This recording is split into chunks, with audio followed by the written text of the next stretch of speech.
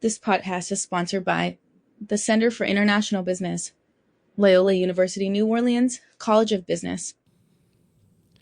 Today at Gambo of Opportunities, we have an interview with Dr. Bobby Savoie, currently serves as Dean of Loyola University College of Business. Prior to his appointment as the Dean, he was Chief Science and Engineering Officer of Savoie Tech. He previously served as Chief Executive Officer of Geocent, which is an information technology and engineering services company with headquarters in Metro, Louisiana, until it was purchased by Savoie Tech.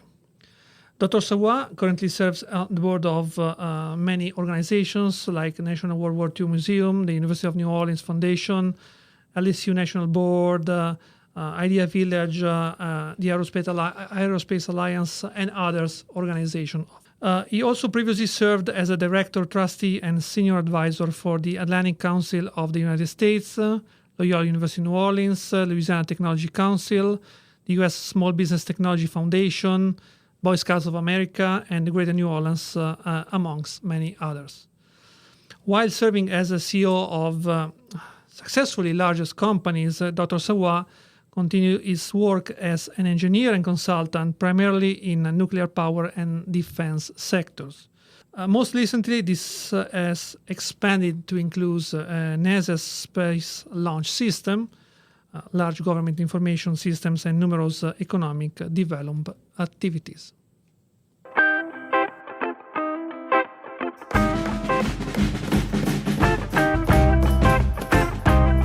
Welcome to Gambo of Opportunities, the podcast where we dive deep into the landscape of international business with a closer look at the state of Louisiana and New Orleans. We will hear stories, insights, and strategies of influential global players of the Bayou region in a pursuit to make the Bayou one of the most attractive areas for businesses. This is Gambo of Opportunities. All right, so hello everyone, and thank you so much, Bobby, for being here today at Gambo Opportunities. Thank you. It's my pleasure to be here. I appreciate the invitation. Well, thank you. It's a great honor for you being here and for sharing your knowledge and your experience, most of all, to our podcast. Remember, the podcast is sponsored by College of Business. And today we start the first question to our Dean, to Bobby, literally starting from understanding the big jump that he made. So from successful entrepreneur to Dean of the College of Business. I guess it's a very unique experience and career pathway. Can you tell the audience what led you to this choice? How much is different than to also managing successful companies from that now managing a College of Business at Loyola University? Well, managing a College of Business is definitely a lot different than managing a company, but a lot of the same values that I bring from running companies apply to academia as well. After 42 years in business, 36 of which were founding and growing and selling 3 different engineering and technology companies, I decided to retire. It had never crossed my mind to join Loyola University, but the president and provost asked me if I would consider being the interim dean, and eventually they convinced me, along with my wife saying that she didn't need me at home all the time. But I am truly enjoying being the dean of the College of Business and have committed to stay on for several more years. The difference is I can't control all of the outcomes as much as I could in a business. You can't let somebody go who has tenure. Everything moves a lot slower. There are challenges to try to expedite change, et cetera. But at the same time, I'm dealing with brilliant people who are hardworking and who truly believe in what they're doing. It's an opportunity to work with students, to give back to the community, And the integrity and the values that made our company successful also make Loyola and the College of Business successful. So I've enjoyed the transition. It's been a very interesting challenge, but I'm truly enjoying it. That's awesome. I mean, yeah, absolutely. I mean, the time with which outcomes occur in a business organization are way different from those Correct. happening in academia, especially when we think about, when we need to publish papers and we know that we cannot control the process from which you submit a paper to what you see the paper published somewhere. So not having control of the outcomes, I think, and you're absolutely right, I think it's a very unpredictable variable that create probably even a higher level of complexity for that point of view. Agree. Looking back to your entrepreneurial career, what are, in your opinion, the pillars or, let's say, the most important elements for leading a successful company? First would be integrity. The ethics, values, and integrity that you bring to the company, whether you're the lowest level employee or the CEO, is critical. If you don't have integrity in running a company, everyone's going to know it, and your company is not going to succeed. So that is a given that you have to have that. Hiring great people is extremely important. We couldn't have accomplished half of what we did if we didn't have people who truly believed in the vision of the company, and then sharing that success with the people that worked with us. We had an employee ownership program, an option program, a bonus program, a profit-sharing program, opportunity for people to buy stock in the company. We set that up so that if the company succeeded, and all three of them did, the people who helped make the company successful would benefit from that. And between the three companies, our employees were able to get over $100 million from the sale of those companies, and I'm very proud of that. And they earned it. They deserved it. But they carried that same level of integrity to everything they did. So we took care of our employees, and they took care of our customers, and it succeeded. Yeah, no, absolutely. There is a passage on one of your recent speech that you made at Loyola University that really stuck in my head. And you said to our students, you can recover from a loss of clients. You can recover from maybe products that do not match the quality expected by the customers, maybe, but you cannot recover, or it takes you that much long time to recover from a breach in ethics. Yes. Can you elaborate a little bit more on that? Absolutely. If it's often tempting and would be easy at times to breach your ethics, breach your integrity in working with the customer, particularly because mainly what we did was services. It was selling brain power. And at times we knew we could have taken shortcuts because we often knew more than the customer did.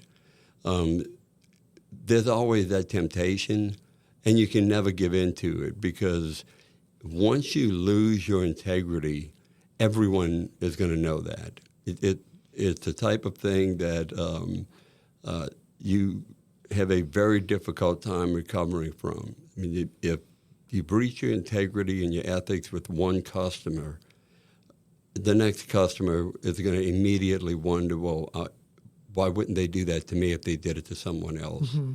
And it can destroy a company faster than anything else.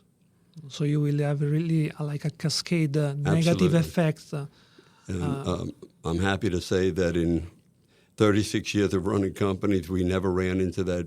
We had that temptation many times, but we never made that mistake. That's good. That's good. Thank you for sharing that. Again, drawing from your extensive experience in enterprises, in successful enterprises, what and how changed the way business is done? What changed the way business is done? How do you mean that? I mean, when you started, see, if you look back when you started and you look back today, I mean, business is business, but what changed?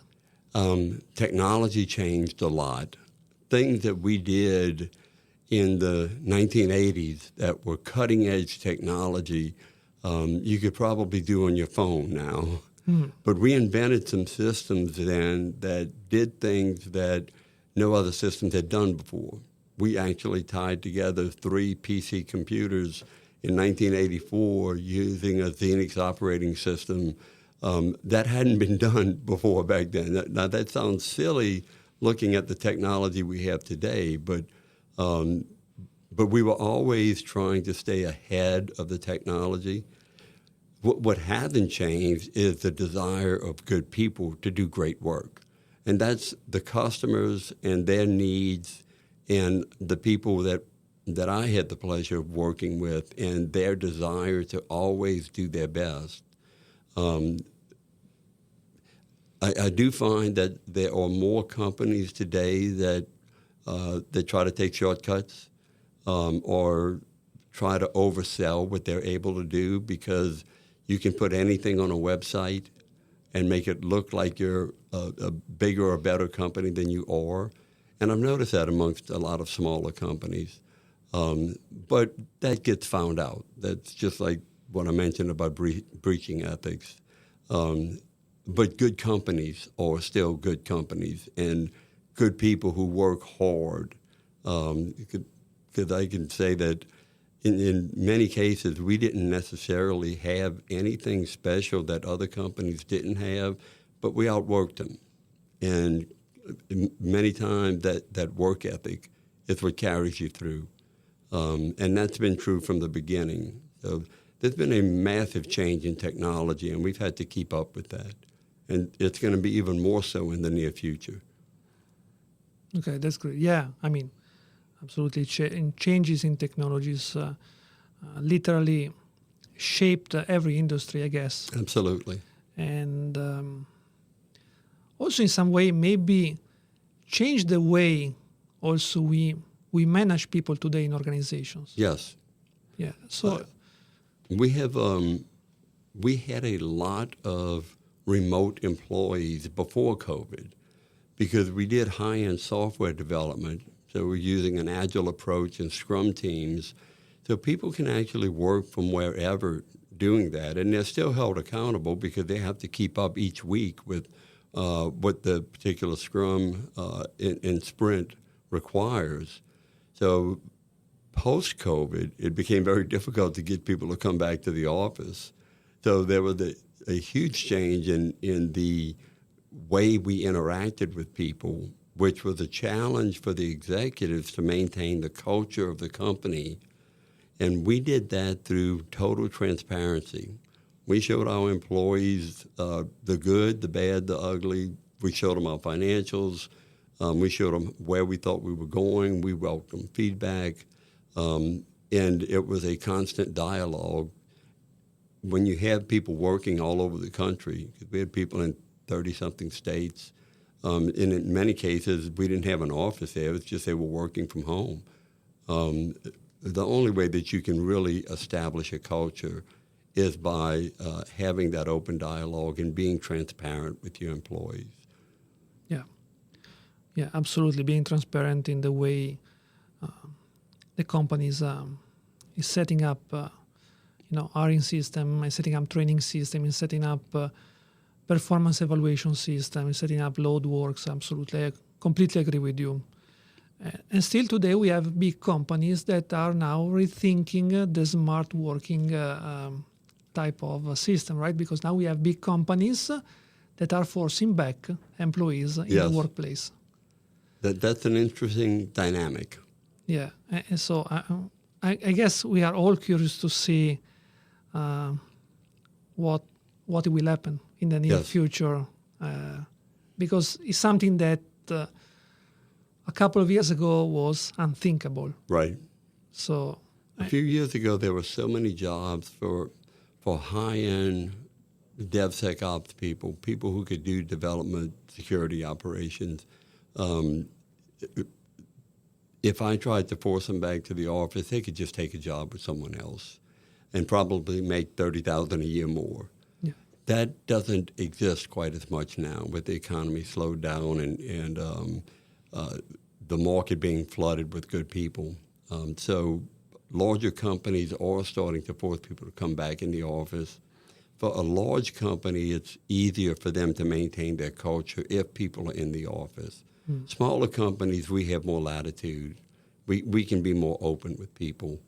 But it was immediately after COVID, the demand for people far exceeded the availability of really smart folks. So we didn't have the luxury of forcing people to come back to the office.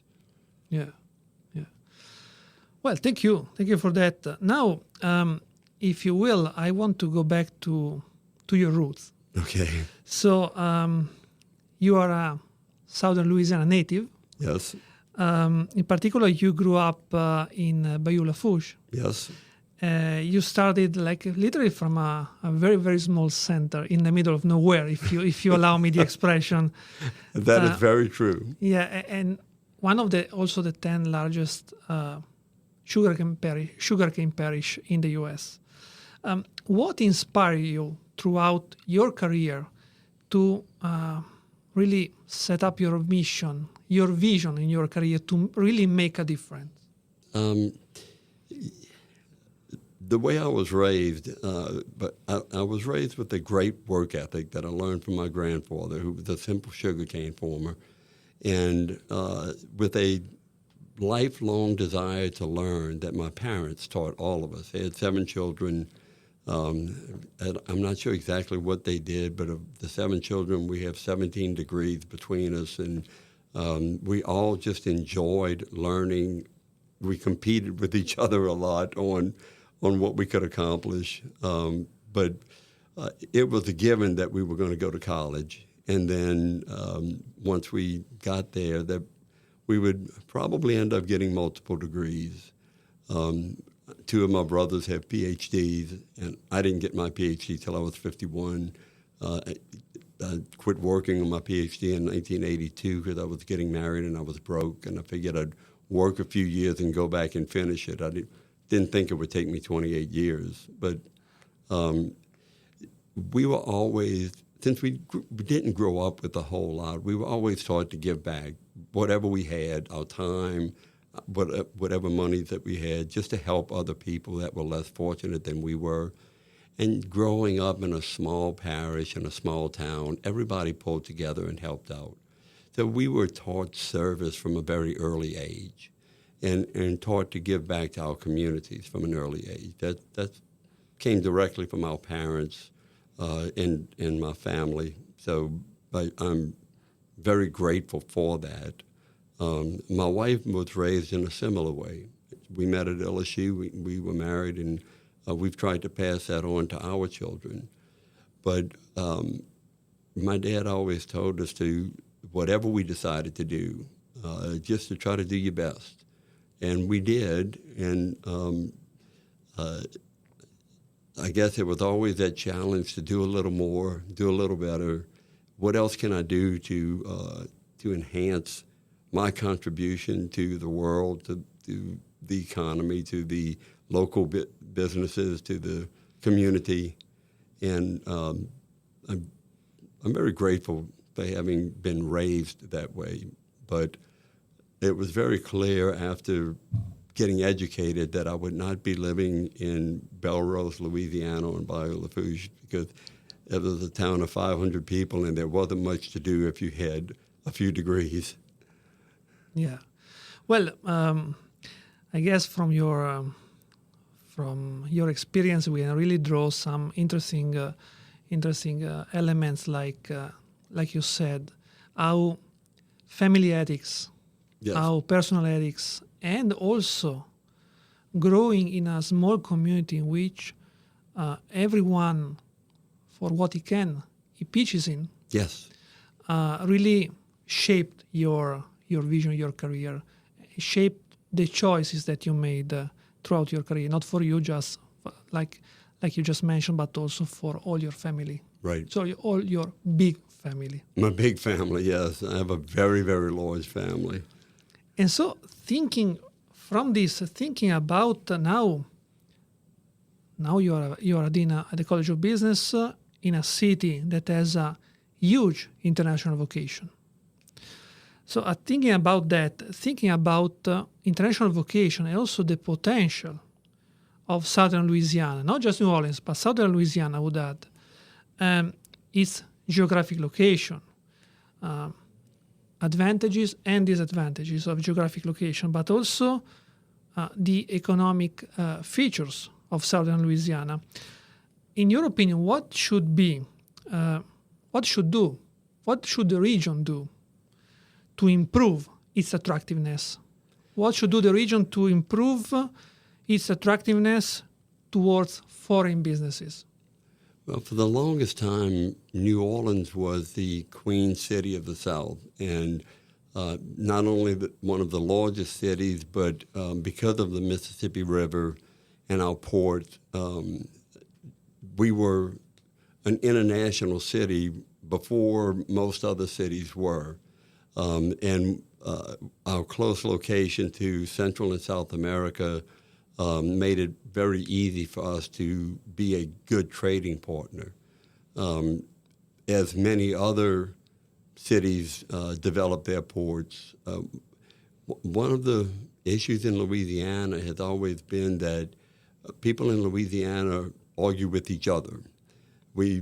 Baton Rouge will fight with New Orleans. We have 5 port authorities along the Mississippi River between the mouth of the river and Baton Rouge, and those port authorities will fight each other while Houston and Mobile are building bigger ports and pulling in business that should be coming to New Orleans and to South Louisiana.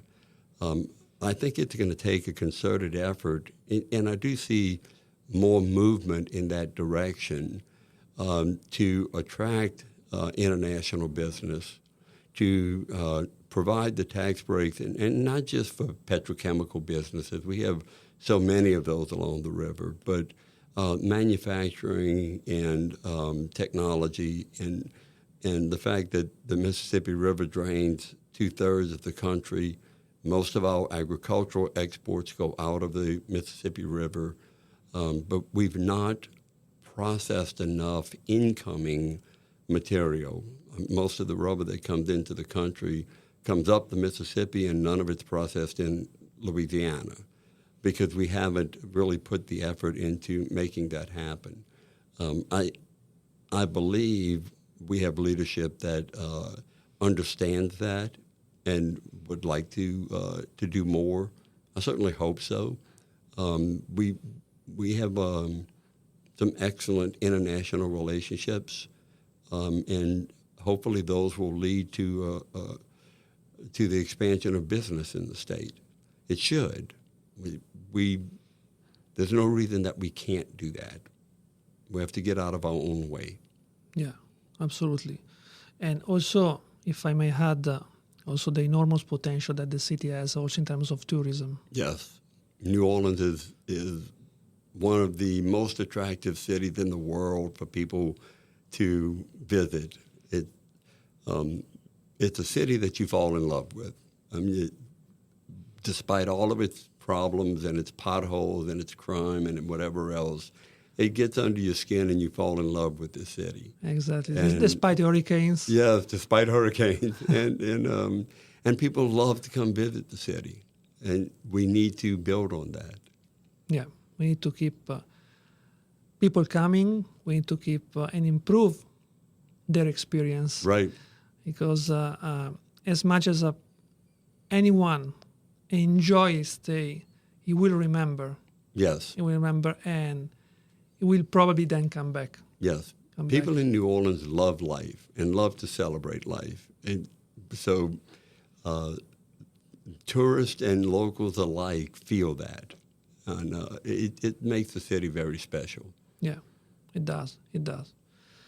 Thank you, Bobby. Now, one last question for you before we close this episode. And this question is particularly targeting our audience, which is made also with students. Okay. And so coming back to your actual role of Dean at the College of Business, what would you suggest to our students, not just to Loyola students, to every student that may listen to this podcast, when they immerse themselves into the job market? What should they do? What should they do to succeed? Well, I cannot overstate the importance of communicating. And so many young people now and students are used to working on computers, are used to working remotely, and they have a difficult time looking someone in the eye and having a conversation with them.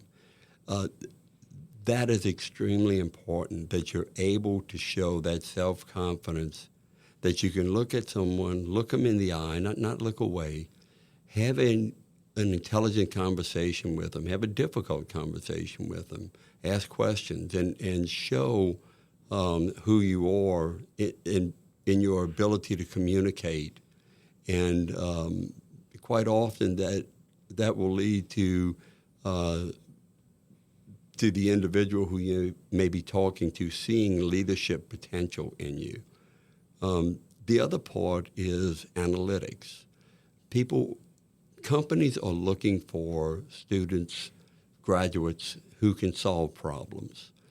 They want people who can solve problems for their company and for their customers.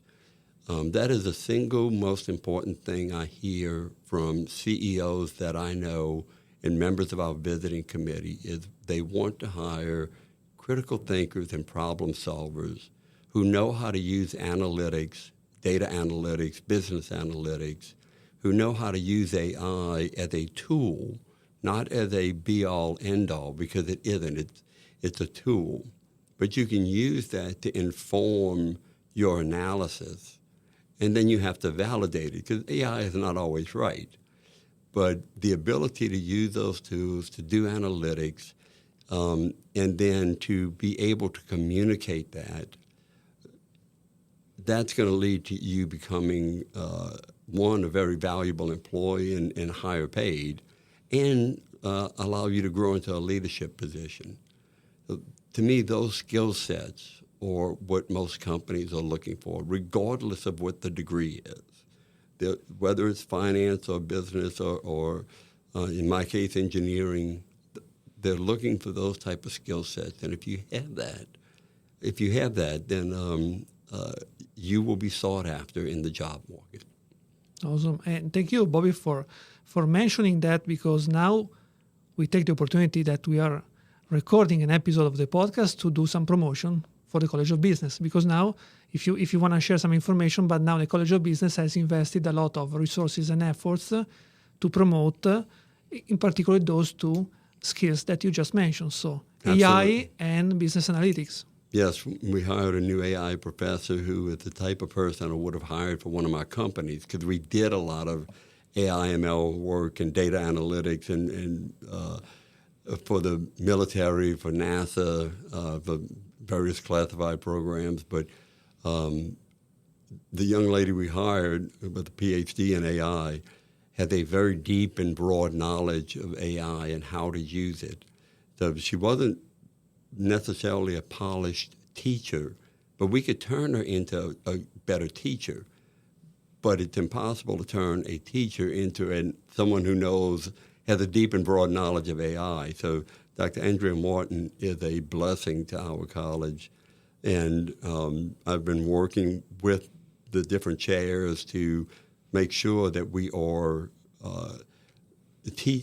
setting ourselves up to be able to teach analytic skills in every degree program that we have, to use AI to inform those analytic skills, and then to turn our students into critical thinkers and problem solvers. And those are the type of people that I believe will cause our graduates to be sought after by industry and business. At least that's what my friends that are CEOs tell me that they're looking for, and I believe them.